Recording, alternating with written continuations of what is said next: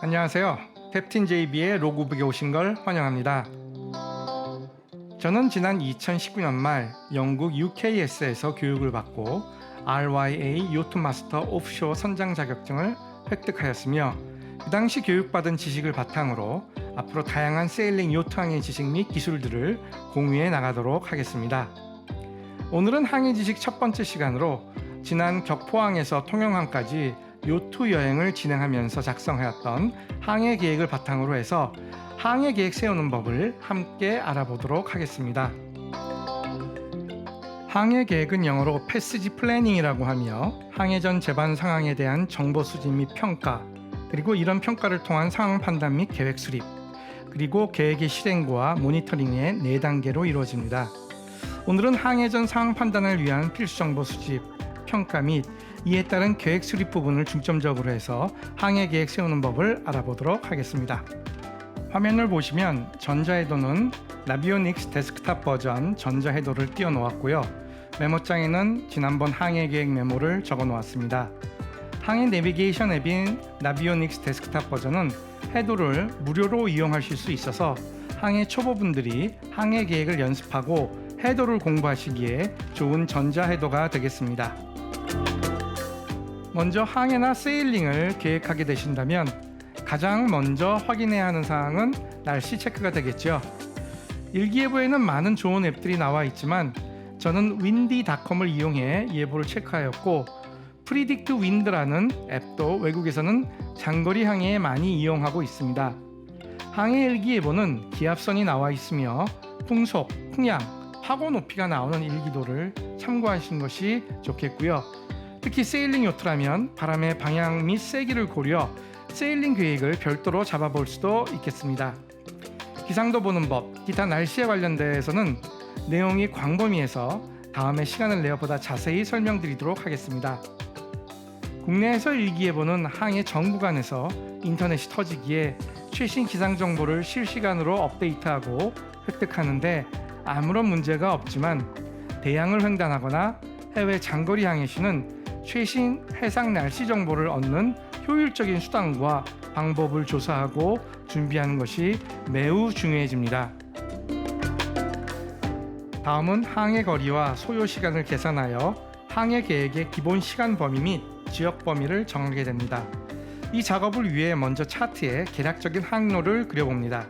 그러면 총 항해 거리가 210 노티칼 마일로 킬로미터로는 약 390km가 나오게 됩니다. 보수적으로 잡아서 전 구역을 세일링 없이 엔진을 켜고 모터링으로만 가야 한다고 가정할 때 베네토 41 퍼스트의 40마력 디젤 엔진으로는 약 2000에서 2500rpm으로 운항하게 되며 이때 속도는 약 6에서 7노트로 예상됩니다. 속도를 항해 거리로 나누면 30시간이라는 항해 시간이 필요하다는 결론이 나오게 되고요.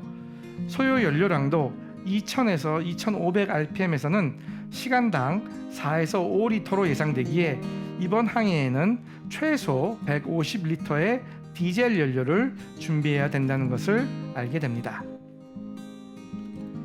세 번째는 선박의 준비 상태나 동승자들의 경험치 및 컨디션 등을 파악하고 이를 반영하여 항해 계획을 세우는 것입니다. 예를 들어 선박에 대해서는 출항 전 준비 아이템들을 조사하고 각 아이템들을 구입, 적재, 계획 등을 세워야 하며 동승자들에 대해서는 건강상 특이사항은 없는지, 복장 및 필수 준비물 등을 점검하고 그리고 하루 이상의 장거리 항해에서는 동승자들의 항해 경험 및 컨디션을 고려 근무 교대조를 편성하게 됩니다. 장거리 항해의 경우 교대의 기본 원칙은 3, 4시간마다 교대가 일반적이고 오토파일럿이 아닌 인력으로 휠을 조종하면서 항해 시에는 휠을 조종하는 운전자는 1시간마다 같은 근무조 내에서 서로 교대해 주는 게 원칙입니다. 저희의 경우는 최 팀장님이 출항 후 야간 항해를 전담하고 저와 코치님이 주간 항해를 담당하기로 계획했었습니다. 또한 음용수는 1일 1인당 3리터로 계산, 저희와 같이 3명이서 이틀간 항해할 경우는 18리터를 준비하시면 충분하겠습니다. 자, 이제 3번째까지는 일반 상식에 가까운 항복이었다면 4번째부터는 본격적인 항해 기술적인 부분이 되겠습니다. 먼저 도착항과 출발항에 어떤 제약사항은 없는지 확인해야 합니다. 바로 조석 정보를 이용한 실제 수심 점검과 조류 방향 및 세기입니다. 확인은 도착항부터 출발항 순으로 하는 게 일반적입니다. 통영항의 해도를 보면 수심이 나옵니다.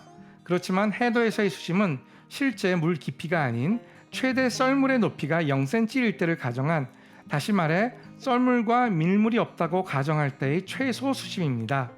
실제 수심은 이 해도상의 숫자에 해당 시간의 썰물이나 밀물의 높이를 합한 것이 진짜 해당 시간의 수심이 됩니다. 먼저 베네토 41의 바닥 킬 끝까지의 깊이가 2m 조금 넘는 깊이라 가정하고 최소 안전 수심 30cm를 더해 실제 수심에서 우리 배가 안전하게 지날 수 있는 안전 수심을 2.5m라고 확인합니다. 그리고 나서 통영항의 수심을 체크합니다. 보니까 마리나 안쪽 푼튼 부근에 2m 수심이 있네요. 만약에 이게 진짜 수심이라면 수심 2.5m를 안전 수심으로 설정한 저희 배는 바닥이 걸릴 수도 있는 상황입니다. 그럼 밀물과 썰물의 높이를 참조해 실제 수심을 체크해 보겠습니다. 바다타임이라는 사이트를 참조하면 예를 들어 8월 31일 날 통영항의 썰물은 오전 7시 57분에 발생하고 이때 가장 낮은 썰물의 물 높이가 1.2m가 됩니다. 그럼 이때 통영마리나 2m 해도상의 수심은 실제로는 2m에 1.2m 썰물 높이를 더한 3.2m가 됩니다. 가장 물이 낮을 땐 썰물 때 수심이 3.2m이니 8월 31일은 수심 걱정 없이 언제든지 마리나에 진입하고 출발할 수 있겠습니다. 그렇지만 근처 녹색으로 보이는 지점은 숫자 0 밑에 밑줄이 쳐져 있습니다. 이것은 마이너스 높이를 의미합니다. 즉 40cm 솟아나 있다는 의미이고, 여기에 썰물 높이를 더하면 마이너스 0.4m 플러스 1.2m에서 0.8m와 같이 같은 간조 시간대에 실제 수심이 80cm가 나온다는 것입니다. 즉 바다로 덮여 있지만 수심이 80cm밖에 안 되는 위험지역이라는 의미이지요.